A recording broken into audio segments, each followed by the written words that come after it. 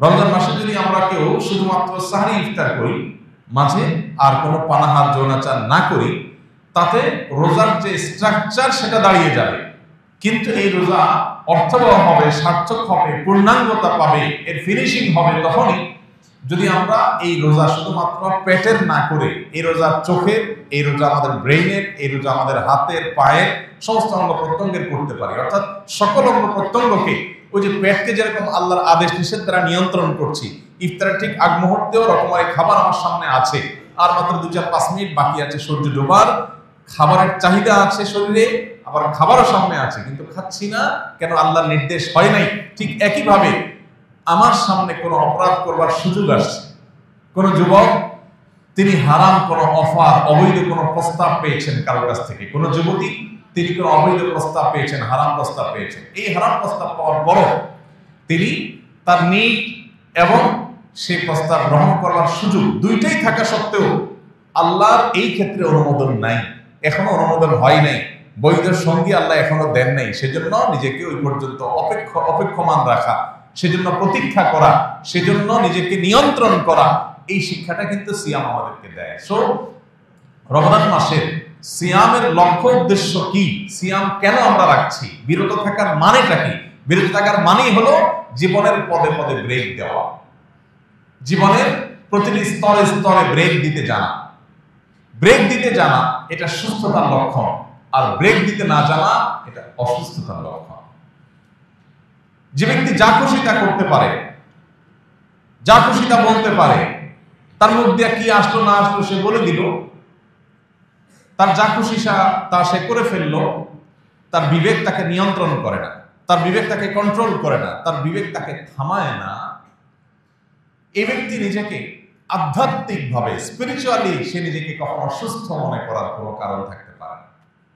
পৃথিবীতে যত জীবন দর্শন আছে, পৃথিবীতে যত সমাজ ব্যবস্থা আছে, এই সবগুলোর সাথে ইসলামী সমাজ ব্যবস্থা বা ইসলামী বিধিবিধানের একটা মৌলিক পার্থক্যের জায়গা এখানে, যে বিশেষ করে আজকের পৃথিবীতে যে ভোগবাদী সমাজ আছে, এই ভোগবাদী সমাজে আপনাকে বিরত থাকার কথা খুব একটা কেউ বলবে না, সবাই আপনাকে বলবে শুধু ভোগের কথা।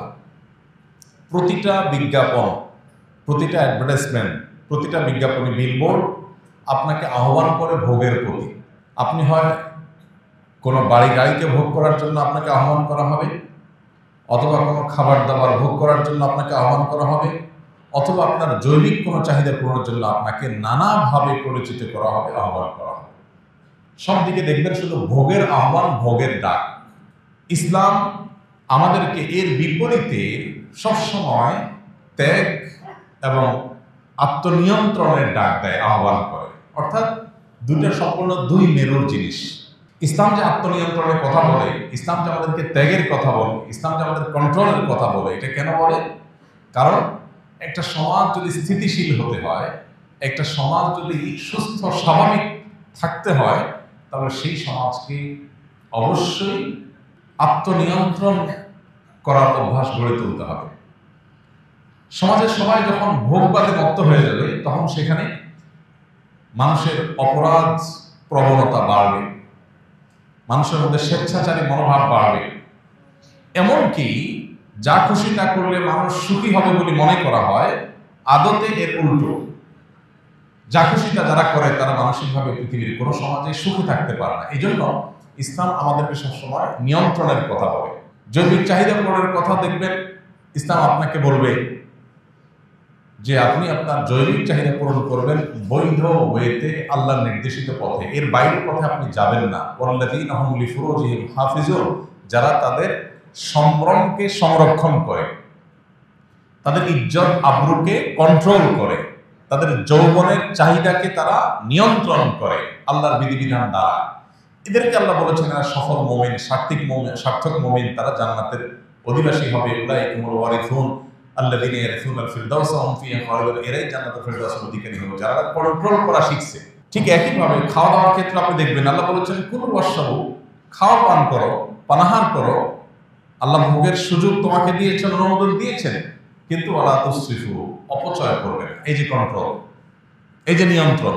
একজন আল্লাহর প্রতি অবিশ্বাসী মানুষ, তার অঢেল টাকা পয়সা হয়েছে, সে অঢেল টাকা পয়সা দিয়ে সে প্রচুর পরিমাণ খাবার অপচয় করতে পারে, অপব্যয় করতে পারে, যা খুশি তা করতে পারে, তার বিবেক তাকে বাধা দেয় না, কোন সমাজ, পৃথিবীর কোন বিচার তাকে বাধা দেয় না। তার সম্পদ সে 10 টাকার জায়গায় 10,000 টাকা খরচ করছে, যেখানে খরচ করার দরকার নেই সেখানেও সে খরচ করছে, তার বিলাসিতার জাহির সে করছে, তাকে কেউ নিষেধ করে না। কিন্তু একজন মুসলিম যখন আল্লাহতে বিশ্বাসী হয়, তখন ইসলাম কিন্তু তাকে কন্ট্রোল করতে পারে। তুমি খরচ করো, ভোগ করো, কিন্তু অপচয় তুমি করতে পারো না, তোমার টাকা নষ্ট তুমি করতে পারো না, অজায়গায় তুমি খরচ করতে পারো না, এর জন্য তোমাকে আল্লাহর কাছে জবাবদিহি করতে হবে। তাহলে বর্তমান যে ভোগবাদী সমাজ ব্যবস্থা, এই সমাজ ব্যবস্থার সাথে ইসলামের পার্থক্যটাই হলো, ইসলাম আমাদেরকে নিয়ন্ত্রণের কথা বলে। আর নিয়ন্ত্রণ মানুষের মনুষ্যত্বকে, মানুষের মানবিক গুণাবলীকে ধরে রাখতে সাহায্য করে। আমাদের সমাজে আর যত বিশৃঙ্খলা দেখতে পাই আমরা, যত অনাচার দেখতে পাই, যত অপরাধ প্রবণতা দেখতে পাই, এই সবগুলো হলো নিয়ন্ত্রণহীনতা থেকে। আপনি একজন সরকারি বেসরকারি কর্মকর্তা, কোনো কাজ জায়গা, কোনো অফিসের কোনো প্রতিষ্ঠানে, আপনার সামনে অবৈধভাবে সুযোগ গ্রহণ করা, ঘুষ গ্রহণ করা, অবৈধ উপার্জন করবার সুযোগ আপনার সামনে আসছে। আপনি চাইলেই সেটা করতে পারেন, কিন্তু আল্লাহ আপনাকে নিষেধ করেছেন, আল্লাহর সীমানা আছে এখানে, এটা আপনি ওভারটেক করতে পারেন না। সেই চিন্তা থেকে, সেই চেতনা থেকে আপনি সেই কাজটি করলেন না, আপনি নিজেকে বিরত রাখলেন। এর নাম ইসলাম।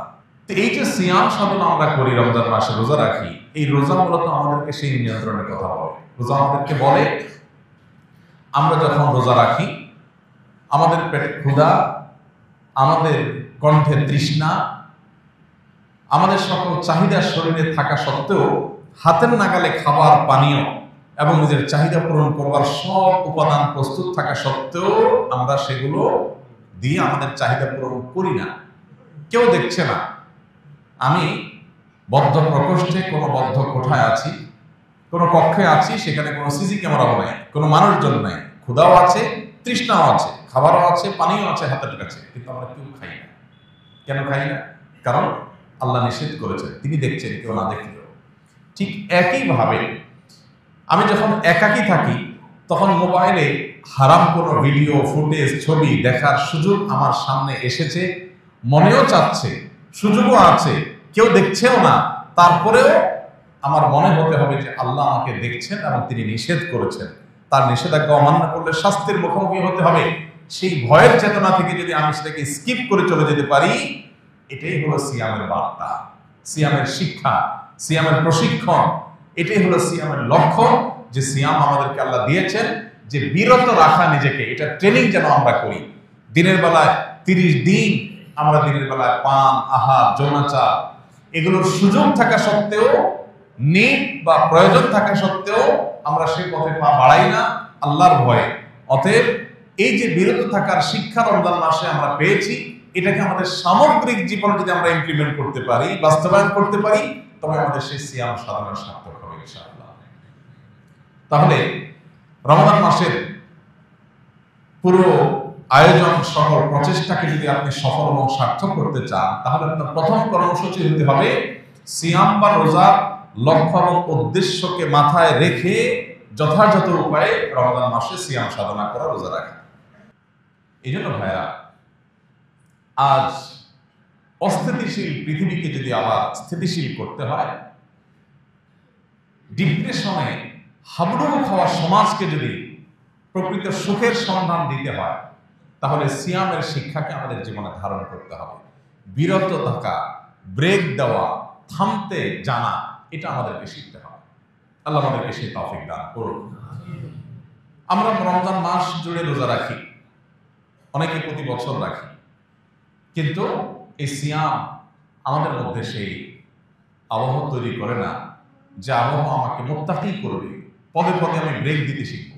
এর প্রধান কারণ হলো সিয়ামের লক্ষ্য উদ্দেশ্য মাথায় রেখে আমরা রোজা রাখি না।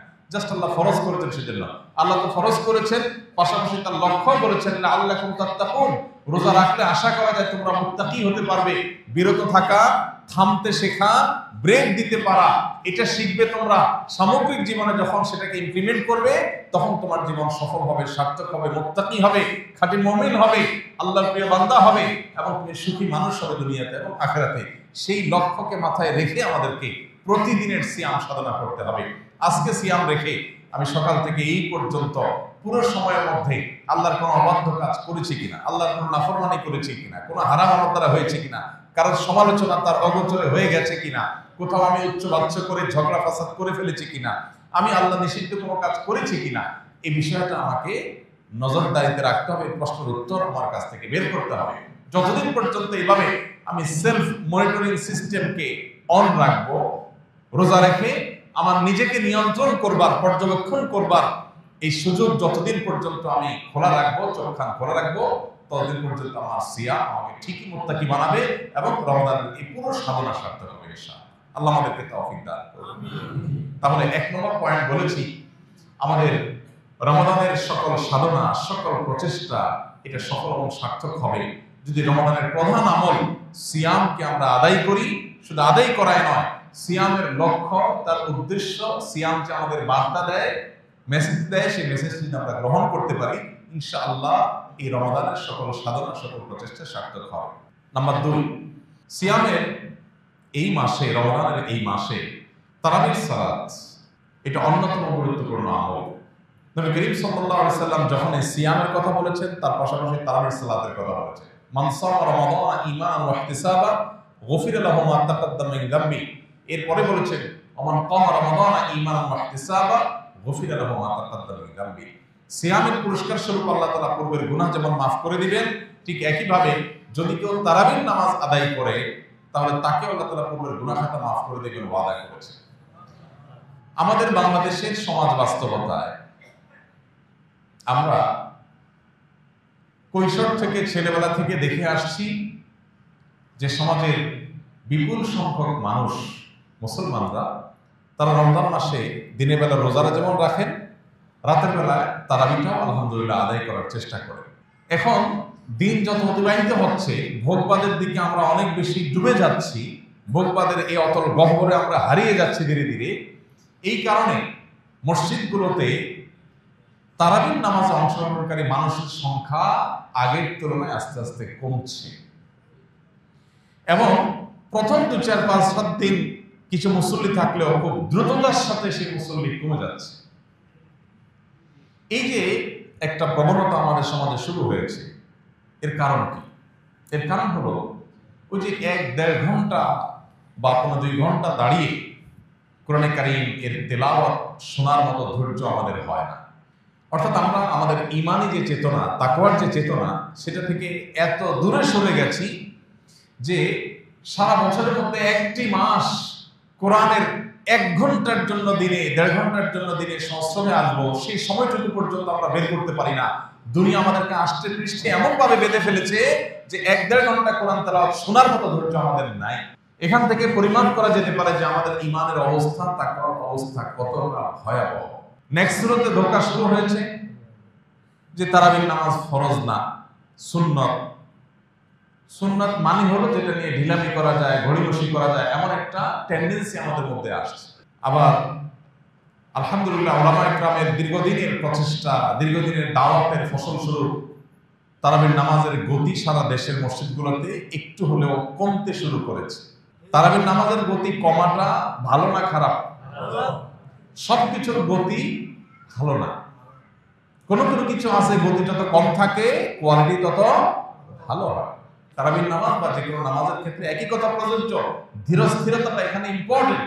নবী করিম সাল্লাল্লাহু আলাইহি সাল্লাম তিনি যখন রাতে তাহাজ্জুদ পড়তেন, তারাবি পড়তেন, তখন তার অবস্থা কি ছিল? সাহাবায়ে কেরামের বর্ণনা হলো যে তিনি এত দীর্ঘ সময় দাঁড়িয়ে কোরআনের তেলাওয়াত করতেন নামাজে রাতে, যে তার পা মুবারক ফুলে যেত। আমাদের পা মাঝে মধ্যে ফুলে। একটা মানুষ কত সময় দাঁড়িয়ে থাকলে পা ফুলতে পারে? কত সময় রুকুতে থাকলে, রুকু কতক্ষণ লাস্টিং করলে তার শরীরের ভারে পা ফুলে যেতে পারে? কতক্ষণ? একটু কি আমরা কল্পনা করতে পারি? আপনার তারাবি যদি 2-2.5 ঘন্টা ধরে তেলাওয়াত করেন, একটু বেশি তেলাওয়াত করেন, ধীরে ধীরে তেলাওয়াত করেন, তাহলে বড়জোর আপনার পায়ের মধ্যে একটু ব্যথা অনুভব করবে, কিন্তু পা ফুলে যাওয়া এটা স্বাভাবিক বিষয় না। আপনি যদি 2 রাকাত নামাজে 15, 20, 30 মিনিট করে করে আপনি যদি এরকম দীর্ঘ তারাবির নামাজ শেষ করেন, তাহলে হয়তো বা আপনার পা একটু ফুলতে পারে। নবী সাল্লাল্লাহু আলাইহি সাল্লাম, যাকে আল্লাহ তাআলা পূর্বের পরের সব মাফ করে দিয়েছেন, আগাম ঘোষণা দিয়েছেন, তিনি পর্যন্ত যদি এইভাবে রাত জেগে তারাবি পড়েন, এভাবে তাহাজ্জুদ আদায় করেন, তাহলে 1-1.5 ঘন্টার জন্য তারাবির নামাজের সময় যদি আমাদের না হয়, তাহলে এই রমজান দিয়ে, এই রমজানের রোজা দিয়ে, এই রমজানের ইবাদত দিয়ে আল্লাহর কাছে কোন মুখে জান্নাতের জন্য আর্গুমেন্ট করব? ভাইরা আমার, সাহাবায়ে কেরামের তারাবি কেমন ছিল? মুয়াত্তা মালিকের একটি হাদিস থেকে জানা যায়, সাহাবীদের বেশিরভাগের তারাবির চিত্র ছিল যে তারা যখন তারাবি শুরু করতেন, তারাবি শেষ করতে করতে তাদের প্রায় দিনই রাত প্রায় শেষ হয়ে যেত। সাহরি খাওয়ার জন্য তারা বাসায় যেতেন, সাহরি খেয়ে এসে আবার ফজর করতেন। এখন আপনি বলবেন, এটা কি আমাদের দ্বারা সম্ভব?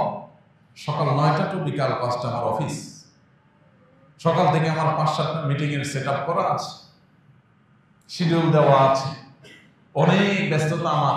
ভাইরা আমার, দুনিয়াতে আমরা সবাই জানি, একেবারে যে ব্যক্তি বদ্ধ পাগল হয়তো সেও জানে যে দুনিয়াতে আমরা খুব অল্প সময়ের জন্য এসেছি, আমরা কেউ চিরকাল এখানে থাকবো না।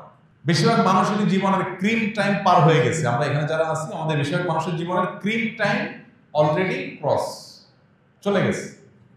এখন যে লাইফটা আছে সামনে, এটা হলো জীবনের বাতিল অংশ। 30, 35, 40 যাদের এইজ হয়ে গেছে, ভোগের সময় শেষ। এখনো ডায়াবেটিস, ক্যান্সার আর হার্ট অ্যাটাক, কিডনির রোগ, যত ব্যাধি আছে এগুলোর সময়। মূল টাইমটা পার হয়ে গেছে অলরেডি, বা পার হয়ে যাচ্ছে। তাহলে আর বাকি যে সময়টা আছে 10, 20, 30 বছর, ওষুধ খাইতে খাইতে আর ডাক্তারের কাছে যেতে যেতে শেষ হয়ে যাবে। তাহলে ভোগ করার অপশনটা কোথায়? এই মিছা জীবনের জন্য যদি আমার এত ব্যস্ততা হয় যে 1.5 ঘন্টা তারাবির জন্য আমার সময় হয় না, আমি খোঁজ করার চেষ্টা করি 8 রাকাত পড়লেও তো নাকি হয়, না পড়লেও নাকি রোজা হয়ে যায়, কোন মসজিদে একটু তাড়াতাড়ি পড়া যায়, হাবের সাহেব তো আর কোনো কাজ কাম নাই, এই জন্য এত ধীরে ধীরে পড়ে। এই যে টেন্ডেন্সি, কারণ দুনিয়া আমাদেরকে আষ্টে পৃষ্ঠে বেঁধে ফেলেছে, শয়তান তার চক্রান্তে জয়ী হচ্ছে। শয়তানের চেষ্টাই হলো মানুষকে দুনিয়ার চাকচিক্যে ডুবিয়ে রাখা, আখিরাত থেকে ভুলিয়ে রাখা। সাহাবীদের কাছে এর বিপরীত চিত্র ছিল, তাদের কাছে আখিরাতের বিষয়টা তারা ক্রিস্টাল ক্লিয়ার। তারা জানতেন যে দুনিয়ার জীবন একটু কম ঘুমিয়ে, একটু কম পরিশ্রম করে যদি আমি কাটাতে পারি, আর অনন্তকাল আখিরাতে যদি আমি ভালো থাকতে পারি, ওয়াই নট আমি সে অপশন গ্রহণ করব। তারা সেটাই করেছে। তাদের কাছে দুনিয়াটা ছিল টুকটাক, আর আখিরাতটা ছিল ঠিকঠাক। আর আমাদের এসে উল্টা, নামাজ, রোজা, তারাবি এগুলো হলো টুকটাক, অফিস আদালত, চাকরি বাকরি, ব্যবসা বাণিজ্য সেগুলো হলো ঠিকঠাক। আপনি যদি দুনিয়াতে 2000 বছর থাকতেন আর আখিরাতে মাত্র 20 বছর থাকা লাগতো, তাহলে আপনার এই সঠিক ছিল। কিন্তু আপনি দুনিয়াতে থাকবেন 20, 40, 60, 70, 80 বছর, তাও কোনো গ্যারান্টি নেই কখন থাকবেন, কতক্ষণ চলে যাবেন। আর আখিরাতে অনন্তকালের জন্য যাবেন, কোনো আর ব্যাকের অপশন নাই। তাহলে সেই সময়ের জন্য কি পরিমাণ পরিশ্রম করা দরকার। আমাদের রমাদান এর যে বরকত, সেটা থেকে আমরা বঞ্চিত হচ্ছি। এর দ্বিতীয় কারণ হলো যে আমরা অনেকেই তারাবিকে সেভাবে হক আদায় করছি না। একদিন পড়ছি তো 3 দিন পড়ছি না, পড়ছি তো ওই যে 8 রাকাত, 10 রাকাত, কত ফাঁক ফোকর পাওয়া যায়, কত শর্টকাট করা যায়। এক হলো যে আপনি 8 রাকাত তারাবির সপক্ষে যে সমস্ত ওলামায়ে কেরাম রয়েছেন, তাদের দলিল দ্বারা আপনি একবারে কনভিন্সড বা আপনি তাদের অনুসারী, সেটা একটা বিষয়। কিন্তু আজকাল এটা একটা রোগে পরিণত হয়েছে অনেকের, যে কিভাবে কত শর্টকাট করা যায়। নবী সাল্লাল্লাহু আলাইহি ওয়াসাল্লাম বলেছেন, যে ব্যক্তি ইমামের সাথে এশার নামাজ পড়বে এবং ইমাম চলে যাওয়া পর্যন্ত সে থাকবে, ইমাম চলে যাওয়া পর্যন্ত, নামাজ শেষ করে ইমাম সমাপ্ত করে শেষ করা পর্যন্ত বা বিদায় হওয়া পর্যন্ত যে ব্যক্তি থাকবে, ওই ব্যক্তিকে আল্লাহ তাআলা রাত জেগে ইবাদতের সওয়াব দান করবে। অর্ধ রাত জেগে ইবাদত করার সওয়াব পেতে হলে আপনাকে ইমাম যাওয়া পর্যন্ত থাকতে হবে। আপনি মাঝপথে চলে গেলে এই সওয়াব আপনি পাবেন না, এটা পরিষ্কার। শেখ মোহাম্মদ সালেহ আল মুনাজ্জির হাফিজাহুল্লাহ, ইসলাম কিউতে সৌদি আরবের সবচেয়ে বিখ্যাত, বিশ্ববিখ্যাত ফতোয়া ওয়েবসাইট, সেখানে পরিষ্কারভাবে মাসালা লিখেছে কেউ যদি 20 রাকাত নামাজ হয় কোথাও, সেখানে 8 রাকাত পড়ে চলে যায়, এই ফজিলত সে পাবে না, কারণ রাসূল শর্তই দিয়েছেন ইমাম যাওয়া পর্যন্ত থাকতে হবে। আপনি প্রয়োজন বসে তেলাওয়াত করেন, কিন্তু আপনি যদি চলে যান এই সওয়াব আপনি পাবেন। তো যাই হোক, এই যে তারাবি না পড়া বা কমায় ফেলা বা ফাঁক দিয়ে বের হয়ে যাওয়া অথবা আপনার শর্টকাট করার চেষ্টা, হাবের সাধ্যকে তাড়া দেওয়ার চেষ্টা, এগুলো অনেকাংশেই আমাদের দুনিয়ামুখিতা বেড়ে যাওয়ার কারণে হয়েছে। এই জন্য ভাইয়েরা, রমজানকে সার্থক করতে হলে তারাবির প্রতি আমাদের আরো মনোযোগী হতে হবে। তারাবির তেলাওয়াত হাবের সাহেবদেরকে এমনভাবে করতে বলতে হবে যেন আপনি স্পষ্ট বুঝতে পারেন। শুধু শেষে ইয়া আলামুন আর তাআলামুন বুঝেন, মাঝখানে তার কিছু বুঝেন না। এটা কি তারাবি না তামাশা? মুসলিমদের মধ্যে রীতিমতো এটা নিয়ে গর্ব করি হয় যে আমাদের আজকে 9:30 শেষ হয়েছে, অমুক মসজিদে 9:25 শেষ হয়েছে। কি তুকুর হাফেজ, মানে যে হাফেজ যত আগে শেষ করতে পারে সে হাফেজ নাকি তত তুকুর। যারা ড্রাইভিং জানেন তারা বলতে পারবেন, স্পিডে গাড়ি চালাতে পারার নাম ভালো ড্রাইভিং না, কন্ট্রোল করে গাড়ি চালাতে পারাটা হলো ভালো ড্রাইভিং। আমি জীবনে যখন প্রথম ড্রাইভিং শিখি, একজন নেপালি আমার এক সহকর্মী সৌদি আরবে প্রথম স্টিয়ারিং হুইলে বসে উনি আমাকে প্রশিক্ষণ দিয়েছিলেন। তো তিনি আমাকে যখন মোটামুটি গাড়ি আমি রান করা শিখেছি, ক্লাস, ব্রেক, তারপরে অন্যান্য সবকিছু যখন চেনা হয়ে গেছে, তখন আমি গাড়িকে এখন রান করতে পারি। রান করা শুরু করলাম, তিনি পাশে বসে আছেন। তখন উনি আমাকে প্রথমে পরীক্ষা দিলেন যে আপনি গাড়িটা কত আস্তে চালাইতে পারেন। এটা হলো পরীক্ষা। নতুন ড্রাইভার, প্রথম জীবনে স্টিয়ারিং হুইল হাতে নিয়েছে, চাপ দিলে বোমো করে দৌড়ায়। আস্তে চালাতে কার মন চায়? চাপ দিলেই শুধুমাত্র দৌড়াতে থাকে, আর দৌড়াইলে শান্তি লাগে। আর সেখানে প্রশিক্ষক বলতেছে না কত আসতে পারে। এরপর এক পর্যায়ে উনি নেমে গেলেন গাড়ি থেকে, নেমে বলেন আমি খুব ধীরে ধীরে হাঁটবো একটা বাচ্চার মতো, ঠিক আমার সাথে তাল মিলায় গাড়ি চালাতে পারেন কি? আমি দেখি কিন্তু ডিফিকাল্ট। ম্যানুয়াল গিয়ার হলে গাড়ি বন্ধ হয়ে যাচ্ছে, স্টার্ট বন্ধ হয়ে যাচ্ছে, এত আস্তে চালাতে গেলে বন্ধ হয়ে যাচ্ছে, স্কার্টারের সাথে ক্লাচের সমন্বয় করা কঠিন হয়ে যাচ্ছে। তখন বলেন যে ড্রাইভার হয়ে উঠতে হলে আস্তে চালানো শিখতে হবে। জোরে সবাই চালাতে পারে, জোরে চালানোর পরে দাঁড়ান দৌড়ান, কোথাও মারছেন না মারছেন তো পরের ইস্যু, কিন্তু আস্তে যে চালাতে পারে, নিয়ন্ত্রণ যে করতে পারে, সে হলো ড্রাইভার। তা হাফেজ সাহেব কি করছে মাঝখানে কিচ্ছু বললেন না, তুফানের মতো ফেনা চলে ফেললো না, শুধু আলামুন আর তাআলামুন বললো। আপনি বললেন বাপরে বাপ, কি হাফেজ, কিছুই বোঝা যায় না। যেমন মুসল্লি তেমন হাফেজ। এই জন্য তেলাওয়াত ধীরে ধীরে করতে পারা, এটা সব হাফেজ পারে না, টুকরো ভাবে হুলস্থুল ভাবে সবাই করতে পারে। এই জন্য ভাই, রমজান মাস জুড়ে আমরা চেষ্টা করবো ইনশাআল্লাহ আমাদের তারাবির নামাজে আরো বেশি মনোযোগী হতে। তারাবির নামাজকে অর্থবহ করবার জন্য আমরা একটা বই গত বছর লিখেছিলাম, তারাবির সালাতে কোরআনের বার্তা। বাংলাদেশে যত ধর্মীয় বই বিক্রি হয়েছে, রকমারির অ্যালগোরিদম অনুযায়ী, তাদের হিসেব অনুযায়ী এই বইটা বাংলাদেশের সর্বোচ্চ ধর্মীয় ক্যাটাগরির সর্বোচ্চ বিক্রিত বই, তারাবির সালাতে কোরআনের বার্তা। এটাও ইমাম সাহেবের কাছে পেয়ে যাবেন, হয়তো আপনারা নিতে পারেন কারো লাগবে। আমি যেখানে তারাবি পড়ি আমার বাসার পাশে মসজিদে, সেখানে আমি চেষ্টা করি যেদিনই থাকি প্রতিদিনই তারাবির সারসংক্ষেপটা আমি 5-7 মিনিটে মুসল্লিদের সামনে তুলে ধরি। 3-4 পৃষ্ঠায় সারসংক্ষেপটা তুলে ধরা আছে। অতএব এইটা আপনি বাসায় যদি একটু দেখে আসেন, তাহলে আপনার ওই যে তারাবিতে আপনার যে একটা বিরক্তি লাগে অনেকের, এই বিরক্তিটা আর লাগবে না ইনশাআল্লাহ। আপনি যে অর্থটা বুঝেন কি আছে না আছে, রিলেট করতে পারবেন, মনোযোগটা আপনার বাড়বে ইনশাআল্লাহ। আল্লাহ আমাদেরকে তারাবিটাকে যথাযথভাবে আদায় করার তৌফিক দান করুন। ভাইরা, এই যে কোরআন তেলাওয়াত করি আমরা বা কোরআন তেলাওয়াত শুনি, এটা যে কত বড় একটা ট্রিটমেন্ট।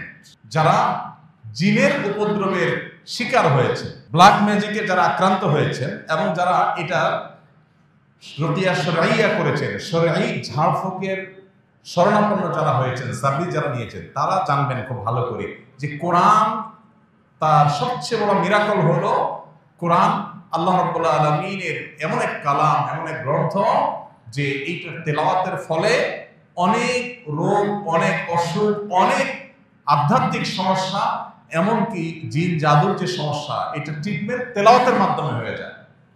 আমার পরিচিত একাধিক মানুষ, পার্সোনালি আমি খুবই চিনি, ব্যক্তিগতভাবে ফ্যামিলিগতভাবে আমার সাথে ভালো সম্পর্ক আছে, এরকম মানুষ আছে। একসাথে উমরা করতে গেছি, ওনার ফ্যামিলিতে জিনের সমস্যা অনেক, উপদ্রব ভয়ঙ্কর। তো রমজানে যখন মক্কায় হারাম শরীফে একদিন, 2 দিন, 3 দিন তারাবির নামাজ পুরার সময় উনি ওনার ফ্যামিলি তারা সামিল হয়েছেন, তেলাওয়াত শুনেছে, এরপর থেকে তাদের অসুস্থতা ভয়ঙ্করভাবে বেড়ে গেল। আমাদেরকে জানালেন যে হঠাৎ করে একবার বেহুশ হয়ে যাওয়ার অবস্থা, সহ্য করা যাচ্ছে না, তেলাওয়াত কাহিনী কি। তো আমি রাকিদের সাথে যোগাযোগ করলাম, বিভিন্নভাবে পরামর্শ আলোচনা করলাম, করার পরে অ্যাসেসমেন্ট করে দেখা গেল যে মেডিসিন জায়গা মতো পড়েছে, অর্থাৎ এই যে তেলাওয়াত হচ্ছে সেই তেলাওয়াতের ফলে তার ট্রিটমেন্ট শুরু হয়ে গেছে। তখন সে ভদ্রলোক আমাকে বললেন, ভাই আমার তো ফ্লাইট কালকেই ছিল, তা আমি ফ্লাইট টিকিট ক্যান্সেল করে নতুন করে টিকিট করতেছি, আমি ইনশাআল্লাহ আরো 1 সপ্তাহ পরে যাব, মানে আরো 1 সপ্তাহ ট্রিটমেন্ট নেব। তিনি আরো 1 সপ্তাহ থাকলেন, এরপরে অনেকটা সুস্থ হয়ে তার ফ্যামিলি তিনি দেশে ফিরেছেন। আমার নিজের সাথে এক ব্যক্তির ঘটনা, একসাথে আমরা গেছি। এই জন্য ভাইরা, তারাবির নামাজে তেলাওয়াত শুনতে আপনার কষ্ট হয়, বিরক্তি লাগে, আপনি চলে যান। এক বসায় শুধুমাত্র ফেসবুক, ইউটিউবে আপনি প্রতিদিন অন্তত 1-1.5-2 ঘন্টা পার করে দেন, আপনি টেরও পান না। সেখানে 15 মিনিট বেশি যাচ্ছে তারাবিতে, 20 মিনিট বেশি যাচ্ছে, আপনার সহ্য হচ্ছে না। আপনি চলে যেতে পারলে আপনি বাঁচেন, মনে হয় যে আপনার সময়ের অনেক দাম। আপনি সেই মানুষ যে দিনে ঘন্টাকে ঘন্টা আপনার সোশ্যাল মিডিয়াতে মোবাইল ধরছেন, যে 30 মিনিট চলে গেছে আপনি টেরও পান নাই। যা শুধু একটা মেসেজ চেক করার জন্য পকেটে বের করছেন, কোথাকার মেসেজ থেকে কোথায় চলে গেছেন আপনি জানেন না, আধা ঘন্টা শেষ, 40 মিনিট শেষ। সেই মানুষ যদি তারাবির নামাজে আপনার কাছে বিরক্তি মনে হয়, সময় দিতে কষ্ট মনে হয়, তাহলে কি জবাব আল্লাহর কাছে দিবেন? এই জন্য আপনার নিজের কল্যাণে, নিজের প্রয়োজনে আপনি তারাবির নামাজে মনোযোগ দিয়ে শুনেন, মনোযোগ দিয়ে তেলাওয়াত শুনেন। মনোযোগটা ইম্পর্টেন্ট। যত মনোযোগ দিয়ে শুনবেন, আপনার ভেতরে পুরো ট্রিটমেন্ট হয়ে যাবে শরীরে। মুসলমানদের ঘরে আজকে যত অকল্যাণ, যত জিনের উপদ্রব, যত ব্ল্যাক ম্যাজিকের উপদ্রব, ঘরে ঘরে। আমাদের অফিসে ফাউন্ডেশনে 100টা ফোন যদি দিনে আসে, 100 বেশি ফোন আসে, 100টা ফোন যদি প্রতিদিন আসে, তার 80টা আসে এই ব্ল্যাক ম্যাজিকের রোগ সম্পর্কে। ঘরে ঘরে এখন সব মানুষ টের পাচ্ছে না। অনেক বড় বড় ডাক্তার, মেডিকেল কলেজের প্রিন্সিপাল, তারা পর্যন্ত মাঝে মধ্যে সশরীরে আসেন, এসে বলেন, ভাই আমি মেডিকেল কলেজের প্রিন্সিপাল, আমি জানি এটা কোনো ফিজিক্যাল সমস্যা না, আমার ফ্যামিলিতে এই যে সমস্যা আমি দেখছি, কোনো চেক আপে কোনো কিছু ধরা পড়ছে না, দেশে বিদেশে ট্রিটমেন্ট সব করা শেষ, কিচ্ছুই ধরা পড়ছে না, রোগের কোনো কুলকারা নেই, এটা অস্বাভাবিক কিছু। ঠিকই রুকিয়া করছে, সাথে সাথে আল্লাহ তাআলা ফল দিচ্ছে। কোরআনের যদি জীবন্ত কোনো অলৌকিকত্ব দেখতে চান, তাহলে কোরআন তেলাওয়াতের মাধ্যমে কিভাবে মানুষকে আল্লাহ তাআলা ট্রিটমেন্ট করেন, এটা আপনি দেখতে পারেন। ভাইরা আমার, এই জন্য কোরআনে কিন্তু আল্লাহ এটাকে শেফা বলেছে, কোরআনের মাধ্যমে আরোগ্য লাভ হয়। এই জন্য আমাদের রমাদানে মনোযোগ দিয়ে তারাবি শুনতে হবে, না আমাদের কল্যাণে, সব যেমন হবে, আমাদের ট্রিটমেন্ট হবে, আধ্যাত্মিক ট্রিটমেন্টও হবে, আবার বিভিন্ন ধরনের এই জিন জাদু ইত্যাদি ট্রিটমেন্টও হবে। আল্লাহ আমাদেরকে তারাবির নামাজকে সুন্দরভাবে, যথার্থভাবে আদায় করার তৌফিক দান করুন। রমাদানকে সার্থক করার জন্য তৃতীয় কর্মসূচি হলো, রমজান মাসে সকল গুনাহের ব্যাপারে জিরো টলারেন্সে চলে যাবে। সকল গুনাহ, সকাল থেকে রাত পর্যন্ত। ফেসবুক, ইউটিউব থেকে যদি আপনি গুনাহ থেকে বেঁচে থাকা কঠিন হয়, তাহলে এগুলো আপনি আনইনস্টল করে ফেলান মোবাইল থেকে। আমি অনেক যুবককে চিনি পার্সোনালি, যে যুবকরা রমজানের শুরুতে শুধুমাত্র যোগাযোগ রক্ষার জন্য হোয়াটসঅ্যাপ, মেসেঞ্জার 1-2টা অ্যাপ রেখে, আর বাকি যেগুলো সময় কিল করে বা চোখের গুনাহ করায়, এই অ্যাপগুলোকে মোবাইল থেকে বিদায় করে দেয়।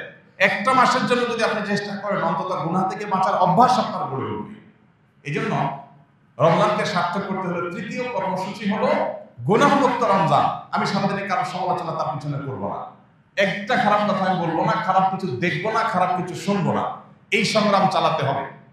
যদি আপনি এটাতে সাকসেস হন, জয়ী হন, তাহলে যে তাকওয়ার ট্রেনিং আপনার হয়ে যাবে, অভ্যাস গড়ে উঠবে, ইনশাআল্লাহ আপনার পথ ধরে রাখতে পারবেন। 4 নম্বর সর্বশেষ কর্মসূচি হলো শেষ 10 দিন ইতিকাফ করবেন। শেষ 10 দিন ইতিকাফ মাস্ট।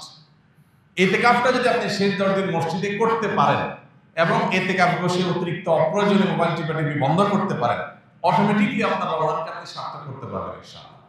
কারণ যখন আপনি মসজিদে নিজেকে আবদ্ধ করে ফেলবেন 10 দিনের জন্য, আপনি যখন বাহিরে যেতে পারবেন না এবং অপ্রয়োজনে মোবাইল টিপাটিপি আপনি যখন করার অপশনটা বন্ধ হয়ে যাবে, অটোমেটিকলি আপনার তেলাওয়াত আসবে, দোয়া আসবে, আল্লাহর স্মরণ আসবে, আল্লাহর জিকির হবে এবং আপনি ভালো কাজ করতে পারবেন। এজন্য লাইলাতুল কদর পেতে হলেও ইতিকাফের কোনো বিকল্প নাই। ইতিকাফ করার জন্য মসজিদগুলোতে লটারি হওয়া দরকার। দুর্ভাগ্য আমাদের, এখন ইতিকাফ করার জন্য লোক খুঁজে পাওয়া যায় না। এই জন্য ভাইরা, ইতিকাফ এমন একটা আমল, যে আমল আপনি একবার করলে এটার যে তৃপ্তি, এটা অনুভব করলে আপনি আর ছাড়তে পারবেন না। আল্লাহ তাআলা আমাদেরকে ইতিকাফের এই গুরুত্ব বোঝার তৌফিক দান করুন। আমিন। ইতিকাফ এমন আমল যে নবী করিম সাল্লাল্লাহু আলাইহি সাল্লাম রমজান মাস যখনই রমজানের রোজা ফরজ হয়েছে দ্বিতীয় হিজরিতে, তখন থেকে তার ওফাত দশম হিজরিতে হয়েছে, এই 8 বছরের দীর্ঘ সময়ে কোনো দিন, কোনো রমজানে তিনি ইতিকাফ ছাড়েন নাই। প্রত্যেক রমজানে প্রতি বছর তিনি ইতিকাফ করেছেন। যে আমল প্রিয় নবীজি একটি রমজানে একটি বছরও ছাড়েন নাই, সেটা আপনি জীবনে 1 বছরও করেন নাই। বেশিরভাগ মুসল্লিদের অবস্থা। এখানে হাত তুলতে বলা হয়, কারা কারা জীবনে ইতিকাফ করেছেন, অল্প কিছু হাত উঠবে। বেশিরভাগ মানুষ জীবনে একবারও বসেন নাই। যেটা রাসূল সাল্লাল্লাহু আলাইহি ওয়াসাল্লাম জীবনে একবারও ছাড়েন নাই, সেটা আপনি জীবনে একবারও করেন নাই। আপনি কি উম্মত, কি জান্নাত প্রত্যাশী, আপনি নিজের মূল্যায়ন নিজে করেন। রাসূল সাল্লাল্লাহু আলাইহি ওয়াসাল্লাম জীবনে যেটা ছাড়েন নাই, এটা আপনি 1-2বার হলে তো করবেন। এই জন্য ইতিকাফ করার নিয়ত করবো তো ইনশাআল্লাহ। এখন থেকে বলতেছি, কারণ ইতিকাফ 20 রমজান সন্ধ্যা সূর্য ডোবার আগে আগে আপনাকে শুরু করতে হবে। তখন বললে তো আর আপনি প্রস্তুতি নিতে পারবেন না। এখন আগে থেকে বললাম 10-12 দিন সময় আছে, এর মধ্যে আপনি প্রস্তুতি নেন, প্রিপারেশন নেন, পরিকল্পনা করেন। তাহলে এই চতুর্মুখী চেষ্টা যদি আপনি করেন, তাহলে ইনশাআল্লাহ আপনার এই মাসটাকে আপনি সাকসেস করতে পারবেন। আল্লাহ আমাদেরকে রমজানের সকল অর্জন, সকল সুফল, সকল মাগফিরাত, নাজাত, রহমত, বরকত, কল্যাণ, সওয়াব, আজর, এগুলোকে আল্লাহ তাআলা আমাদের আমল নামায় নিজের ঘরে তোলার তৌফিক দান করুন। ভাইরা আমার, বহু মানুষ আমাদের সাথে এই মসজিদে হয়তো গত রমজানে ছিলেন, এই রমজানে তারা নাই। এই মহিপল্লীর বহু পুরাতন বাসিন্দা আছেন। আল্লাহ জহির সাহেব মসজিদের সহসভাপতি ছিলেন, কোভিড-19 সময় দুনিয়া থেকে চলে গেছে। এখনো চোখের সামনে ভাসে কিভাবে তিনি পায়চারি করতেন, ভালো মন্দ মানুষের মধ্যে থাকে, কিন্তু চাতক পাখির মতো চেয়ে থাকতেন যে কোনো রাস্তাঘাট যেন নষ্ট না হয়, কেউ যেন অনাচার না করে। এটা তার একটা ভালো গুণ ছিল। উল্টাপাল্টা দেখলে সেখানে গিয়ে থামানোর চেষ্টা করতেন। জেলাজন্ত একজন মানুষ হঠাৎ করে চলে গেলেন, শেষ, আর কোনোদিন আসবেন না, শেষ, নো রিটার্নের পর্যায়ে চলে গেছেন, সে জগতে চলে গেছে। আর অনেকে আমাদের ছিলেন এখানে, যাদের জানাজা আমরা পড়েছি গত 1 বছরের মধ্যে, তারা আর আসবেন না। আমরা এখানে যারা বসে আছি এখন, আমি কিংবা আপনি, হয়তোবা সামনের রমজানের আগে আগে দুনিয়া থেকে আমরা চলে যাব। সামনের রমজানে হয়তো এই মসজিদ থাকবে, আমরা অনেকে এখান থেকে আমাদেরকে তুলে নেওয়া হবে, শেষ। এটাই জীবনের শেষ সুযোগ, এটাই জীবনের শেষ রমজান। সেই চিন্তা থেকে আসল রমজানের অবশিষ্ট দিনগুলোকে যথাযথভাবে কাটানোর চেষ্টা করি। প্রতিদিন একটা সময় অবশ্যই আল্লাহর কাছে বিশেষভাবে দোয়ায় মনোনিবেশ করি। রমজান মাসে দোয়াটা খুব বেশি হওয়া দরকার, দোয়া আমাদের হয় না। কমপক্ষে 5-10 মিনিট হাত তুলে চোখের পানি ফেলে আল্লাহর সাথে 10টা মিনিট আপনি ডেইলি কথা বলেন। 24 ঘন্টার মধ্যে 10টা মিনিট দোয়ার জন্য বরাদ্দ রাখেন। ইফতারের আগে হুলস্থুল কোনোভাবে আমরা থামাইতে পারি না। ইফতারের 15 মিনিট আগে বাসার সমস্ত আয়োজন স্টপ করে দেন, যা যেখানে আছে। এইভাবে পেঁয়াজি এখনো চুলার উপরে আছে, চুলা বন্ধ করে দেন। এই পেঁয়াজি মাগরিবের পরে খাবে আজকে আর দরকার নাই, কারণ এখন এটা করতে গেলে আজকের দোয়াটা মিস হয়ে যাবে। 15 মিনিট আছে, এখন পরিবারের সময় আল্লাহর কাছে হাত তোলে। ইফতারের আগে দোয়া কবুল হয়। ভোর রাত দোয়া কবুলের সময়, ভোর রাতে উঠেও আমরা মোবাইল টিপি বন্ধ হয় না। ফেসবুকের নোটিফিকেশন, যুবক পোলাপানের মা বাপ চিল্লাইতে মোবাইল হাত থেকে রাখে না। এরপর এসে খাবে, এমন সময় খাবে যে তার খাবারের প্লেট এক হাতে, আর এক হাতে খাবারের লোকমা, আর এদিকে মসজিদের মুয়াজ্জিনের হাতে মাইক। কম্পিটিশন চলে, কে আগে দেয়, কি মুয়াজ্জিন আগে আযান শুরু করে দেয়, সে আগে শেষ করতে পারে, কম্পিটিশন হয়। এটা কি সাহারি না তামাশা? শেষ সময় সাহারি করতে বলা হয়েছে, এর মানে এই না যে লাস্ট মিনিট পর্যন্ত আপনি খাবেন। নবী করিম সাল্লাল্লাহু আলাইহি ওয়াসাল্লাম সাহারি খেয়ে শেষ করে ফজর নামাজ শুরু করতেন, মাঝখানে 50 আয়াত তেলাওয়াতের মতো আনুমানিক 10 মিনিট সময় গ্যাপ থাকতো। তাহলে শেষের দিকে সাহারিতে শেষে করেন আর আগে করেন, ভোর রাতে যখনই উঠেন একটু দোয়া, এটা যদি আপনি করেন ইনশাআল্লাহ বিদিল্লাহ রমজানটা আপনার কাছে প্রাণবন্ত হবে, উপভোগ্য হবে। আপনি রমজানকে ফিল করতে পারবেন। 10টা মিনিট করে ডেলি কাটার ব্যবস্থা করার অভ্যাস করেন, পরিবারের সব সদস্যদেরকে নিয়ে বা যার যার মতো করে সবাই দোয়া করেন। চেষ্টা করব তো ইনশাআল্লাহ। আল্লাহ আমাদেরকে তৌফিক দান করুন। আস-সুন্নাহ ফাউন্ডেশন, উম্মার স্বার্থে সুন্নাহর সাথে।